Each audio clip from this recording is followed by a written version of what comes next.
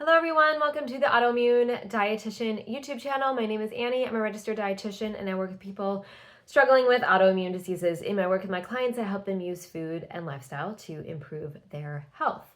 So diet makes a huge difference when it comes to your autoimmune disease. It's what I do for a living, so I believe that it matters. But why? There are a couple of important things that food helps facilitate in the body. It lowers inflammation and it improves gut health. So today we will cover the why and the how to help get you started.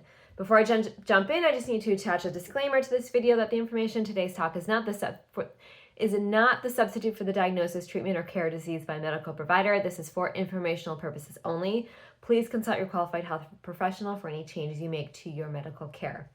So why does food help with autoimmune diseases? So what you eat really does make a difference when it comes to how you feel on a day-to-day basis. Have you ever had a day where you ate a ton of junk food and woke up feeling awful the next day? This happens even if you don't have a chronic condition. All of that salt makes you feel puffy and bloated. Your stomach might get really upset or do the opposite and constipate you. And if you are eating like that every day, it does impact your overall health.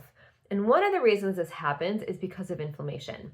Nutrient-poor food like junk food, fast food, ultra-processed food, salt, sugar, alcohol, etc., it actually triggers inflammation in your body. In fact, a high intake of ultra-processed foods is correlated with high inflammatory blood markers like CRP and IL-6. The second reason is the gut.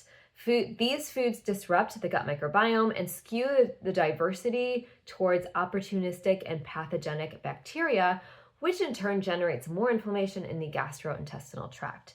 Also, additives inflame the gut lining and trigger intestinal permeability, both of which add more inflammation into the body.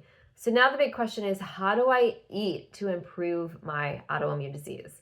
And that's a loaded question, but I'm going to help you get started by offering my 5 top tips. So tip 1, there is a lot of misinformation out there about what to eat and what to avoid. And the simple explanation is this: the more whole foods you eat and the less processed foods you eat, the better. So let's focus on the whole foods part first. I want you to eat vegetables, fruits, fresh or frozen proteins, and whole grains if tolerated. That's where you should begin to focus all of your energy on. Then you can start, cutting out the processed stuff. But I think if you start eating more whole foods, you'll feel a lot better. The second tip, add in fermented foods. So the fermented foods support your gut, which for most people is inflamed. Fermented foods include low sugar yogurt, so opt for the plain, not the flavored variety. Sauerkraut, tofu, kimchi, kefir, kombucha, any other food that you can find that has been fermented with probiotics. My third tip is drink plenty of water. Water not only supports cellular health, but it helps to move toxins out of your body. If water is hard to drink, consider adding some natural flavors like lemon or orange juice that you can freshly squeeze into your water. You can add things like cucumber, basil, or mint. Tip number 4, read your food labels. Not just the nutrition label, but the ingredient label.